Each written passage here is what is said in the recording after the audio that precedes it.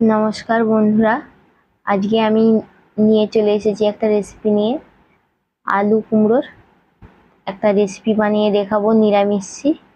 আপনারা মুড়ি বা রুটির সঙ্গেও ট্রাই করে দেখতে পারেন। আর ভিডিওটা লাইক ও চ্যানেলটি সাবস্ক্রাইব করবেন। আর ভিডিওটি স্কিপ করে দেখবেন না, একভাবে দেখে যান, তবে বুঝতে পারবেন। খুব সহজ পদ্ধতিতেই আমি এই নিরামিষি তরকারিটা করে দেখাবো। চলুন বানিয়ে দেখাই আপনাদের। কড়াইটা বসিয়ে দিয়েছি, কড়াইটা গরমও হয়ে গেছে। আমি কিছুটা পরিমাণে রিফাইন তেল ব্যবহার করছি। তেলটা দেখুন আমি ভালো করে গরম করে নিচ্ছি। দিয়ে এতে আমি সরিষা আর তেজপাতা, একটা কাঁচা লঙ্কা আমি চেলা করে নিয়েছি, ওটা দিয়ে দেবো। দিয়ে আমি ভালো করে ভেজে নেব।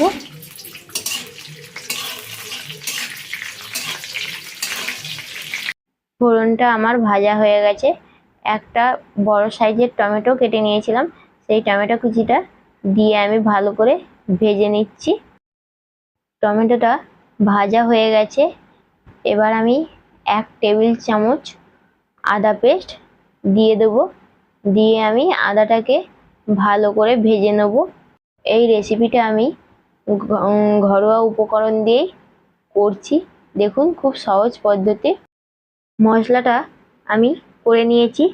আর 500 গ্রামের মতো আমি আলু ভালো করে ধুয়ে পরিষ্কার করে নিয়েছিলাম। নিয়ে আমি ছোটো ছোটো করে কেটে নিয়েছিলাম। সেই আলুটাই আমি ওই মশলার সঙ্গে দিয়ে ভালো করে ভেজে নিচ্ছি। আলুটা আমি কিছুটা পরিমাণ ভেজে নিয়েছি। এরপরে আমি 500 কুমড়ো কিনে এনেছিলাম, সেই কুমড়োটাকে কেটে ধুয়ে পরিষ্কার করে নিয়েছিলাম। সেই কুমড়োটা আমি ওই আলুর সঙ্গে দিয়ে ভালো করে কষতে থাকবো। আলু কুমড়ো ভালো করে আমার কষা হয়ে গেছে। 1 চামচ আমি লঙ্কার গুঁড়ো এবার দিয়ে দিচ্ছি।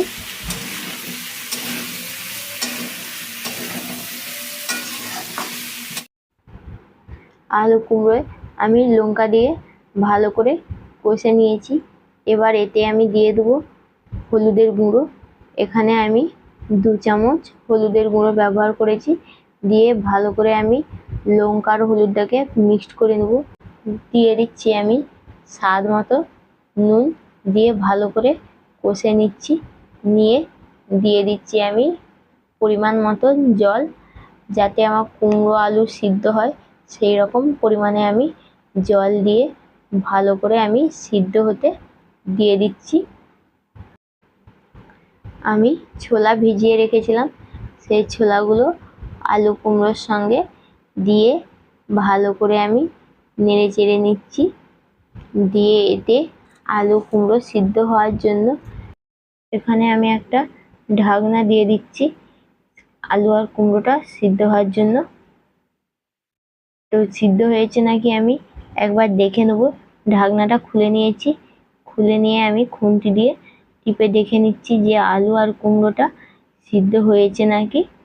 তো প্রায় সিদ্ধ হয়েই এসছে। তো এতে আমি সামান্য পরিমাণে চিনি দিয়ে দিলাম।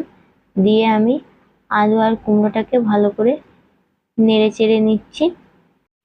আমি এখানে চেক করে নেব নুন ঝালটা পারফেক্ট আছে কিনা। নুন ঝালটা প্রায় ঠিকই আছে। এতে আমি 1 চামচ গরম মশলা গুঁড়ো দিয়ে দিলাম। দিয়ে আমি ভালো করে মিক্সড করে নিচ্ছি। আর দিয়ে দেবো 1 চামচ জিরা গুঁড়ো, দিয়ে ভালো করে মিক্সড করে নিচ্ছি। তরকারিটা প্রায় হয়ে গেছে। এখানে আপনারা ঘি ব্যবহার করতে পারেন। আমি ঘিটা ঠিক পছন্দ করি না বলে আমি ঘিটা এখানে ব্যবহার করছি না। তরকারিটা আমার হয়ে গেছে। তরকারিটা আমি নামিয়ে নিয়েছি। আলু কুমড়ো ছোলা নিরামিষি তরকারি আপনারা এই পদ্ধতিতে বাড়িতে বানিয়ে খেয়ে আমাদের দিকে কমেন্টে জানাবেন যে তরকারিটা কেমন হয়েছে। বন্ধুরা, ভালো থাকবেন সবাই, ধন্যবাদ।